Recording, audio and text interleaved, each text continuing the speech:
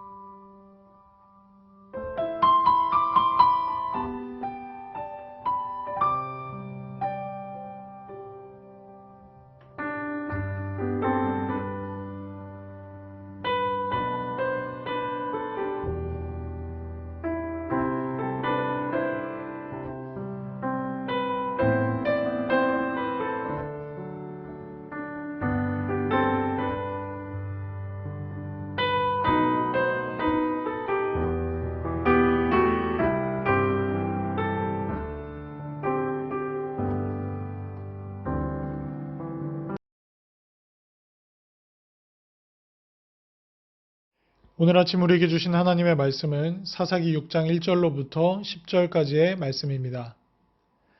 이스라엘 자손이 또 여호와의 목전에 악을 행하였으므로 여호와께서 7년 동안 그들을 미디안의 손에 넘겨주시니 미디안의 손이 이스라엘을 이긴지라.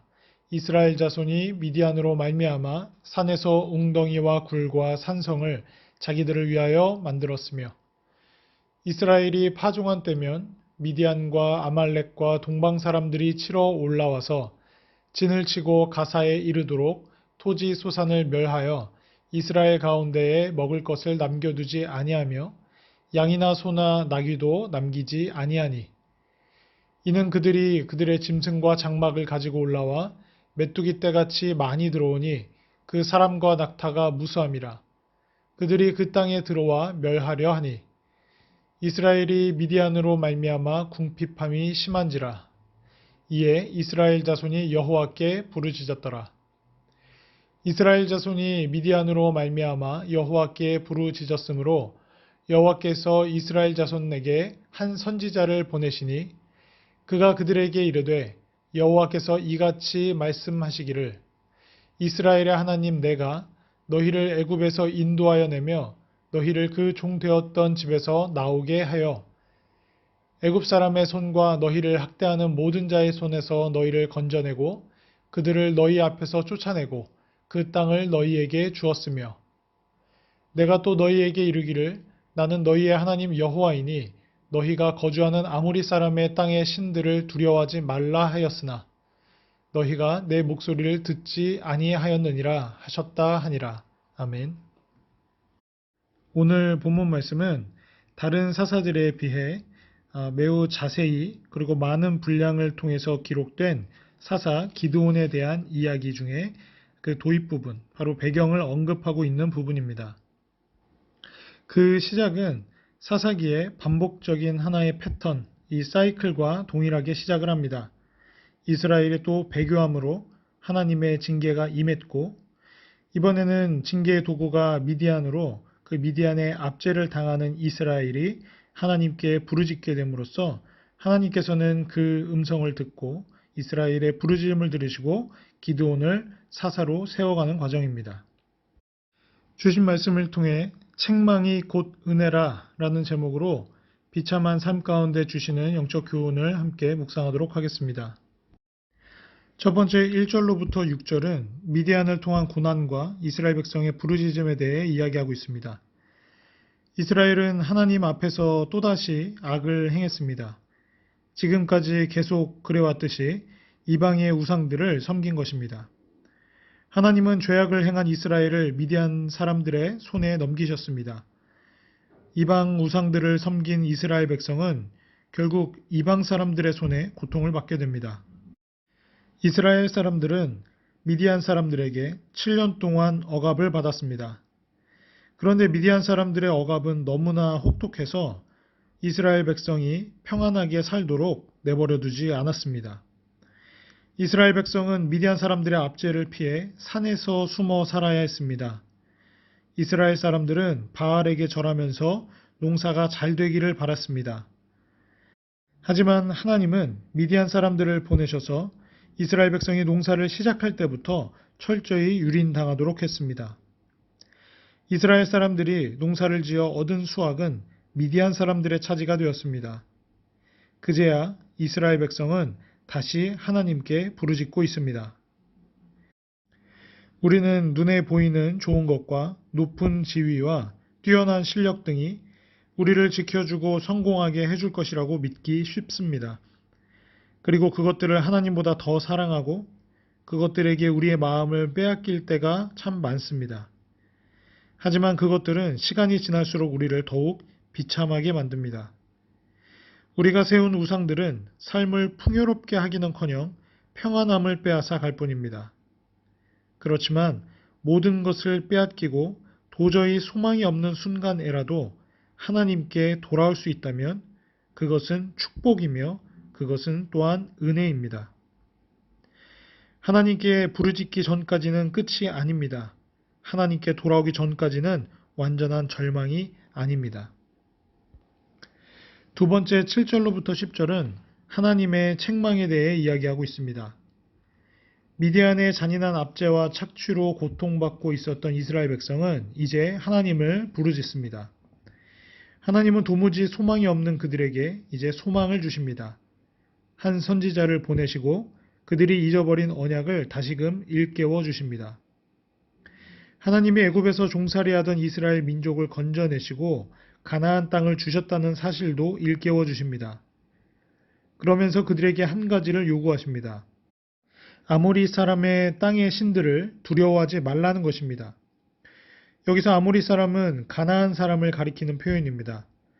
가나안 땅의 신들은 대표적으로 바알과 아스타롯, 그모스, 몰록, 다곤 등이 있습니다.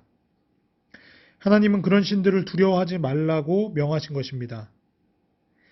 이스라엘 민족은 흉년에 대한 두려움, 주변 민족들의 따돌림을 당해 공격당할지도 모른다는 두려움, 이방신들에게 해를 입을지 모른다는 두려움에 사로잡혀 있었습니다. 그런 두려움 때문에 이방신들을 섬기게 된 것입니다.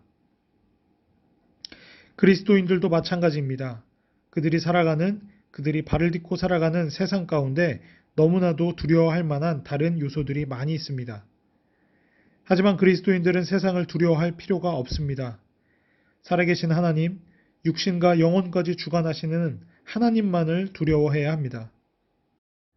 돈과 권력과 관계와 세상의 좋은 것들이 우리를 좌우할 것이라는 두려움, 세상의 가치로부터 뒤처지면 안 된다라는 조바심 등은 우리를 하나님에게서 멀어지게 한다는 사실을 기억해야 합니다.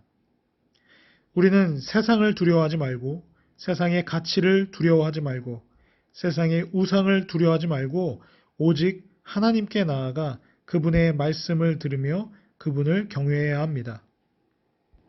오늘 본문은 이스라엘 백성들이 지난 7년 동안 미디안의 잔인한 압제 가운데 고통받았다라는 서론적 이야기를 들려주고 있지만 한편으로는 희망을 시사하면서 끝맺음을 하고 있습니다. 왜냐하면 지난 7년 동안 침묵하고 계셨던 하나님께서 이제 이스라엘 백성들에게 사자를 보내시고 이스라엘 백성들에게 말씀하시기 때문입니다. 비록 그 내용은 책망이지만 이제 더 이상 이스라엘 백성들의 비탄한 삶을 그저 묵인하지 않으시겠다는, 침묵하며 외면치 않으시겠다라는 하나님의 은혜의 시작이기도 합니다. 하나님은 때론 우리들이 잊고 싶어하는 우리들의 연약한 모습들과 과오들을 끄집어내실 때가 있습니다. 하나하나 말씀 앞에, 하나하나 성령의 감동 앞에 부끄럽게 하시고 깨닫게 하시고 기억나게 하실 때가 있습니다. 그러다 보면 몸둘 바를 모르겠습니다. 도무지 이 모든 나의 죄의 과오들을 기억하고 싶지 않은데 하나님께서는 왜 이리 나의 연약한 모습들을 당신의 말씀 앞에 세워놓고 책망하실까? 그러한 생각이 들 때도 있습니다. 하지만 책망은 곧 은혜의 시작입니다.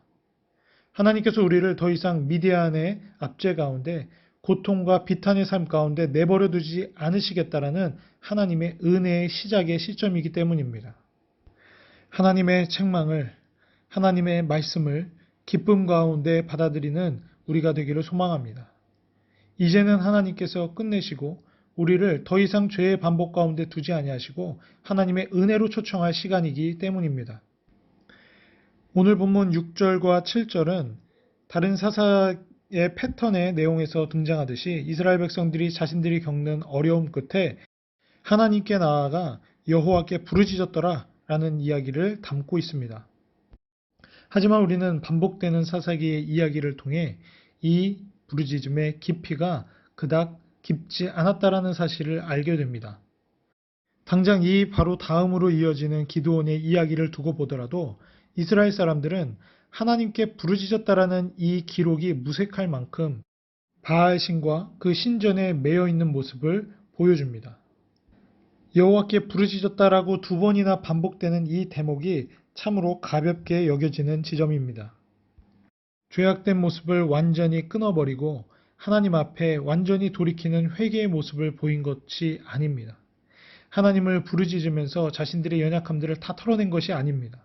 그럼에도 불구하고 고통 가운데 몸부림치며 하나님 앞에 부르짖는 그 음성, 그것 하나에 하나님께서는 은혜로 또 인내하심으로 반응하신다라는 것입니다. 우리가 세상적으로 잘 나가고 형통하는 가운데 하나님께서 침묵하시는 것은 복이 아닙니다. 은혜가 아닙니다. 비록 부족할지라도 하나님을 찾고 하나님 앞에 부르짖을 때에 하나님께서는 우리들의 과오와 연약함들을 들춰내시며 말씀 앞에 우리를 세우시고 책망하실지라도 그것이 은혜라는 것입니다. 우리도 이스라엘 백성처럼 세상 사람들과 세상의 우상들을 두려워하고 그 두려움과 조바심에서 벗어나기 위해 세상의 가치관 앞에 머리를 숙였습니다. 그 결과 이스라엘 사람들이 이방의 압제와 착취에 시달리고 고통당했듯이 우리 역시 세상 가운데 그와 같이 비탄한 삶을 살아갈 때도 있습니다. 하지만 우리의 삶은 그것이 끝이 아닙니다. 그러한 상황 가운데 하나님께 부르짖을 수 있습니다.